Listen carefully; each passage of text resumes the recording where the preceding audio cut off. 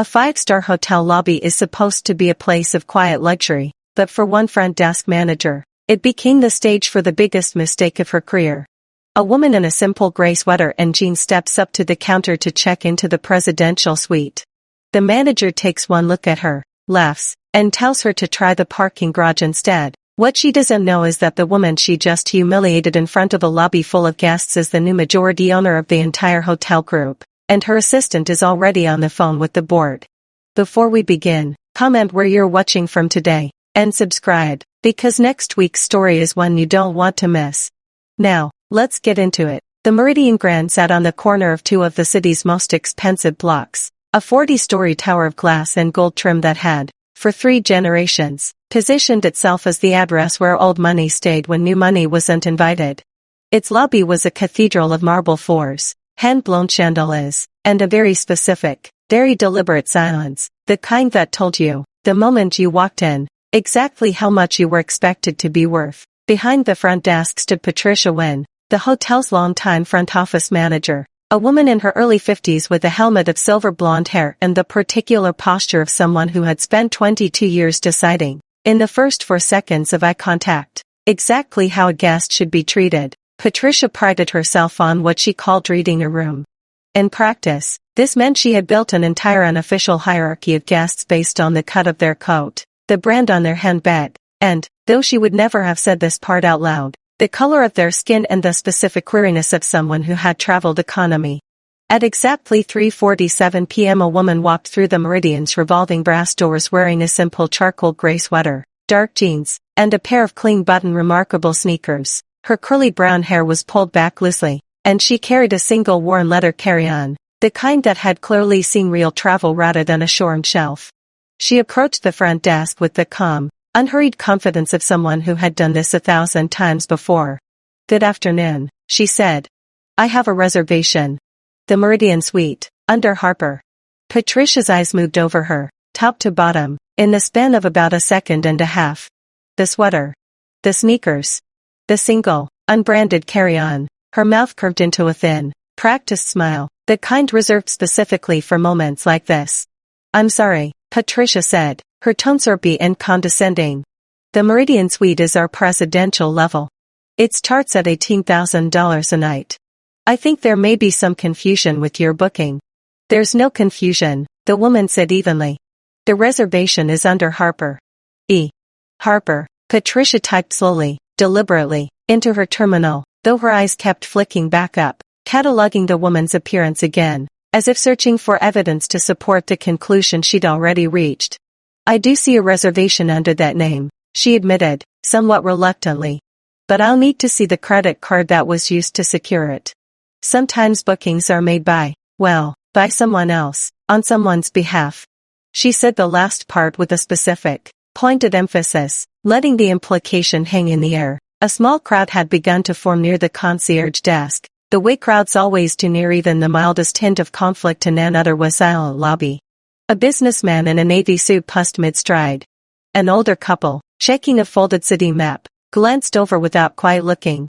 The woman, whose name was Elena Harper, reached into her carry-on and produced a black credit card, sliding it across the marble counter without comment. Patricia picked it up, turned it over once, and set it down again without swiping it. "I see," she said, her smile widening in a way that wasn't kind at all. "Miss Harper, I'm going to be honest with you, because I think it's kinder than letting this go further. The presidential suite level of this hotel has a certain, let's call it, a certain standard of guest. It's not really designed for people in your situation." She let the word situation do a great deal of work. "My situation," Elena repeated, her voice still level, still calm. "I'm just saying," Patricia continued, lowering her voice slightly, as if this were somehow a kindness. "We do have lovely rooms on our standard floors. Very comfortable. Much more appropriate for the budget I suspect you're actually working with. Or," she added, almost brightly, "there's a perfectly nice motor lodge 2 blocks over. Much more relaxed atmosphere. I could call ahead for you." A soft, disbelieving laugh came from somewhere near the concierge desk. The businessman in the navy suit had stopped pretending not to watch. Elena did not raise her voice. She did not lean forward. She simply said, I'd like you to run the card, please. Patricia sighed, the specific, theatrical sigh of someone forced to deal with an unreasonable request. Miss Harper, I really am trying to save you the embarrassment of a declined transaction in front of all these other guests. $18,000 is a great deal of money. I've seen this situation before. Cards like this are sometimes borrowed or stolen. I'd hate to have to call security over misunderstanding. The word security landed heavily in the marble silence of the lobby. Elena's expression didn't change, but something in her posture shifted, a kind of stillness that was somehow louder than anger would have been. Run the card, she repeated, or call your general manager. Either is fine with me. Patricia, mistaking the calm for weakness, decided this was the moment to fully commit to her performance for the small audience that had gathered. She picked up the desk phone with a flourish. Actually, she said, loudly enough for the businessman, the older couple, and the two bellhops now pretending to organize luggage carts nearby to hear clearly. I think I will call security. Just as a precaution. We've had incidents before, with unauthorized carts. She dialed 3 digits and waited, her chin lifted slightly, radiating the specific satisfaction of someone who believed she was protecting her hotel standards. It was at this exact moment that a second woman crossed the lobby, walking briskly from the direction of the executive elevators. She was younger, dressed in a sharp black blazer, a tablet tucked under one arm, moving with the particular urgency of someone whose entire job depended on being 3 steps ahead of a problem. Elena, the younger woman said, slightly breathless, sorry, that call ran long. The board wanted the full renovation timeline before she stopped, taking in the scene, the small crowd, Patricia with the phone pressed to her ear, the untouched black card sitting on the counter. Is everything all right? The younger woman asked, her eyes narrowing slightly as she looked at Patricia's name tag. Patricia, still holding the phone, gave the younger woman a quick, dismissive glance. This doesn't concern you, miss. I'm handling a situation with an unauthorized card. The younger woman's eyebrows rose. I'm sorry, what did you just say? I said, Patricia repeated, more slowly, as if speaking to someone who might not follow quickly, that I am handling a security matter. This is between myself and the guest. The younger woman looked at Elena, a flicker of something between disbelief and barely contained fury crossing her face. Then she looked back at Patricia. Do you have any idea who you're speaking to? Patricia let out a short, sharp laugh. I know exactly who I'm speaking to. A woman attempting to check into an $18,000 suite with what I strongly suspect is a stolen credit card. That card, the younger woman said, her voice suddenly very quiet, very precise, belongs to Elena Harper, who, as of 11 days ago, is the majority shareholder of Vantage Hospitality Group. Which, in case that name doesn't mean anything to you, happens to own this hotel. Every marble tile. Every chandelier. Your paycheck. The words landed in the lobby with the specific, physical weight of a dropped glass. The businessman in the navy suit visibly straightened. The older couple stopped pretending not to listen entirely. One of the bellhops stopped moving the luggage cart altogether. Patricia's hand, still holding the phone, went slack. Whatever automated hold music had been playing in her ear became suddenly, distantly audible in the silence. That's not possible, she stammered. The acquisition wasn't supposed to close until, we were told the new ownership group hadn't been finalized publicly. It closed privately 11 days ago, the younger woman said. The public announcement is scheduled for next Tuesday. Miss Harper flew in today specifically to walk the property before the announcement. Unannounced. Which is fairly standard practice when someone wants to see how a hotel actually treats its guests, rather than how it treats them when it knows the owner is watching. Elena had not moved from the counter, had not raised her voice once through any of this. She looked at Patricia now, her expression unreadable, and said simply, you can hang up the phone now. Patricia set the receiver down with a trembling hand, the plastic clattering slightly against its cradle. Miss Harper, I had no idea. If I had known who you were, I would never have. I mean, the standards of this hotel are, we pride ourselves on treating every guest with a certain standard. Elena finished for her, quietly. You said that already. I misspoke, Patricia said quickly. I was simply following protocol regarding unfamiliar payment methods. It's standard practice to verify large transactions, especially from guests we don't recognize. You didn't ask to verify a transaction. Elena said. You told me the presidential suite wasn't designed for people in my situation. You recommended a motor lodge 2 blocks over. You threatened to call security over a card you hadn't even attempted to run. None of that is protocol, miss. She glanced briefly at the name tag. When? That's a judgment. About me, made in the first 4 seconds you saw me walk through that door. Patricia's mouth opened and closed without producing sound. The younger woman in the black blazer, whose name was Renee Castillo, Elena's chief of staff, had already begun typing something into her tablet, her expression the specific, focused calm of someone documenting exactly what she was witnessing for a report that would exist within the hour. I think, Renee said, not looking up from her tablet, we should speak with the general manager. Immediately, I am the most senior manager on shift right now, Patricia said, her voice smaller now, the theatrical confidence of a few minutes earlier entirely drained away. Mr. Alvarez, the general manager, he's off property until Monday. Then we'll need his direct line, Renee said, still typing. And I'll need the names of everyone who witnessed this interaction, for the record. At this, the businessman in the navy suit, who had been standing near enough to hear everything, stepped forward slightly. I'll give a statement, if it helps, he said, his voice carrying an edge of genuine disgust. I watched the whole thing. She didn't do anything except ask for her reservation. This woman, he nodded toward Patricia, was out of line from the second she looked at her. Patricia flinched as if struck. The older woman from the couple with the city map spoke up too, her voice quieter but no less certain. My husband and I heard the whole thing as well. It was, frankly, humiliating to watch. We've stayed at this hotel for 15 years. I've never seen anything like that. Elena raised a hand slightly, not to silence them, but in a small, quiet gesture of acknowledgement. Thank you, she said to both of them. That won't be necessary right now, but I appreciate you saying so. She turned back to Patricia, who was now visibly trembling, one hand gripping the edge of the marble counter as if it were the only thing keeping her upright. Miss Wen, Elena said, her voice still calm, still measured, carrying none of the venom Patricia had aimed at her only minutes earlier. I want to be very clear about something, because I don't think you actually understand what just happened here. This isn't about an $18,000 room. I don't need the room.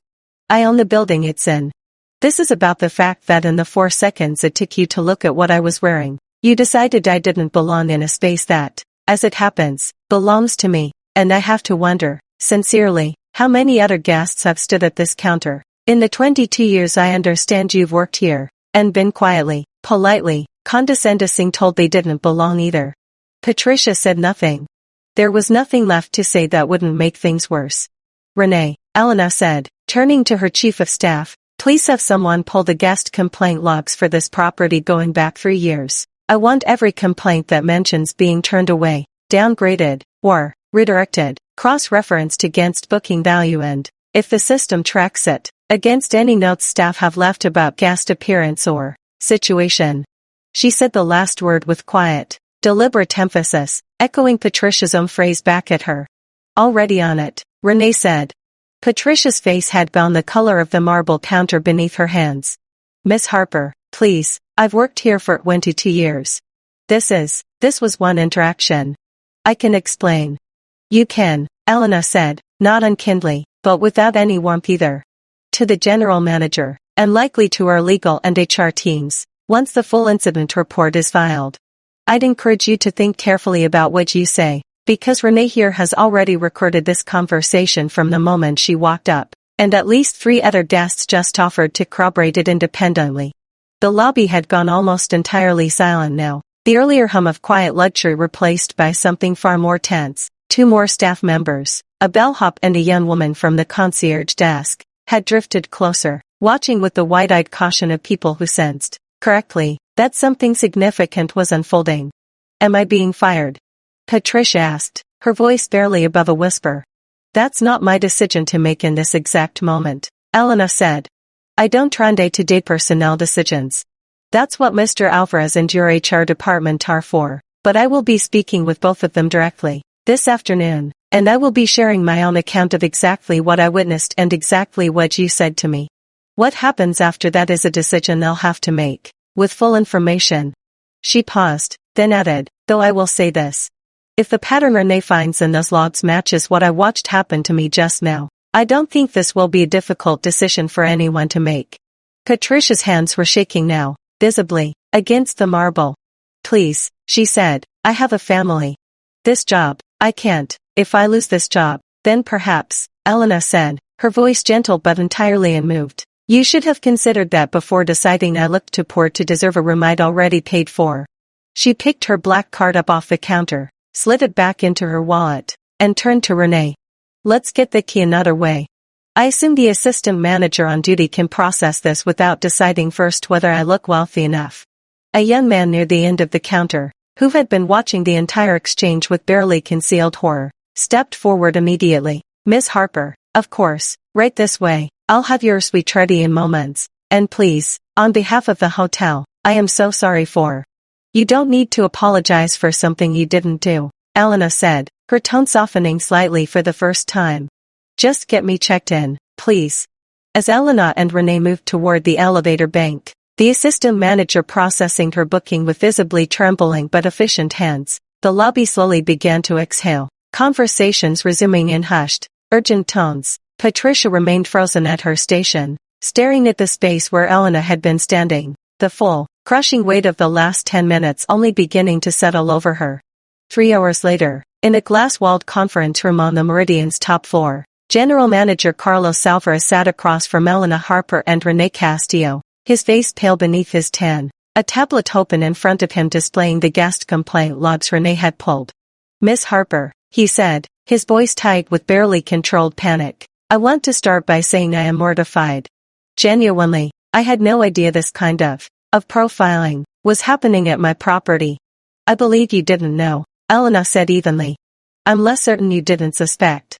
Carlos winced.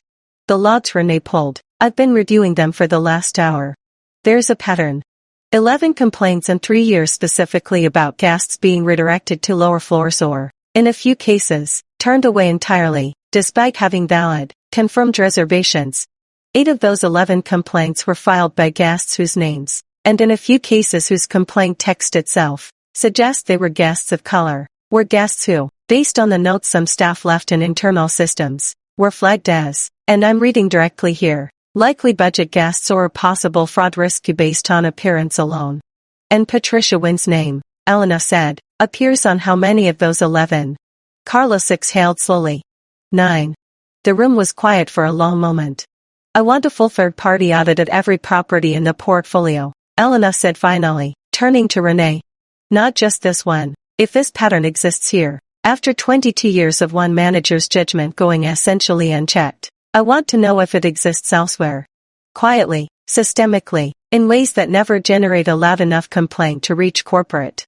I'll have the audit team assembled by Monday, Renee said, already typing. And Miss Wynn? Carlos asked carefully. Elena considered this for a moment. I'm not interested in destroying someone's life over one conversation, even a conversation as ugly as the one I had today.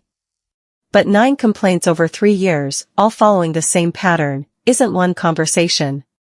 That's a practice. One your hotel apparently tolerated because it never generated a lawsuit or a headline until today.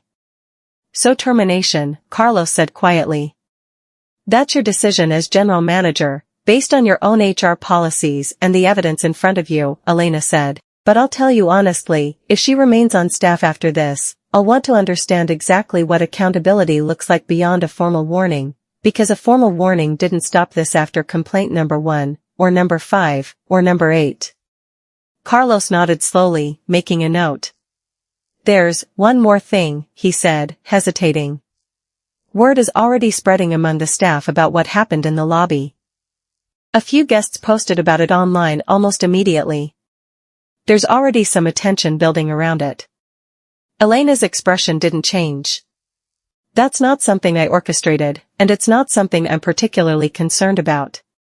If people are talking about how guests get treated at this hotel, that's exactly the conversation I'd want happening honestly, in public, rather than quietly in complaint logs that sit unread for years. 6 weeks later, the Meridian Grand announced a company-wide policy overhaul across all 14 properties in the Vantage Hospitality Group, including mandatory bias training for all front-of-house staff, an anonymous guest feedback system routed directly to corporate rather than filtered through property management, and a formal review process for any guest turned away or redirected from a reserved room, requiring documented justification beyond staff discretion. Patricia Wynne did not return to the Meridian. The specifics of her departure were handled quietly through HR, as most terminations are, though within the small, tightly connected world of luxury hotel management, word travels regardless of confidentiality agreements. Elena Harper never publicly commented on the incident directly, declining several interview requests from outlets that had picked up the story after a guest's social media post about the woman who owns the hotel getting told to try the motor lodge instead gathered unexpected attention. When asked once briefly by a reporter outside a separate industry event why she'd chosen not to identify herself immediately at the front desk, she offered a simple answer. Because I wanted to see how the hotel treated someone who didn't announce her worth the moment she walked in, she said. Most of the people that policy was hurting don't have a chief of staff who can correct the record 5 minutes later. I did. That's not something everyone gets. If you've ever been quietly judged, redirected, or diminished by someone who decided your worth before bothering to actually find out, remember this: the people who make that judgment rarely imagine the moment it might come back around, and they almost never expect it to arrive as calmly, and as thoroughly documented, as it usually does. If you enjoyed this story, subscribe to Silent Empire for more true-to-life stories of quiet power and the moments it finally speaks up. New story every week. See you in the next one.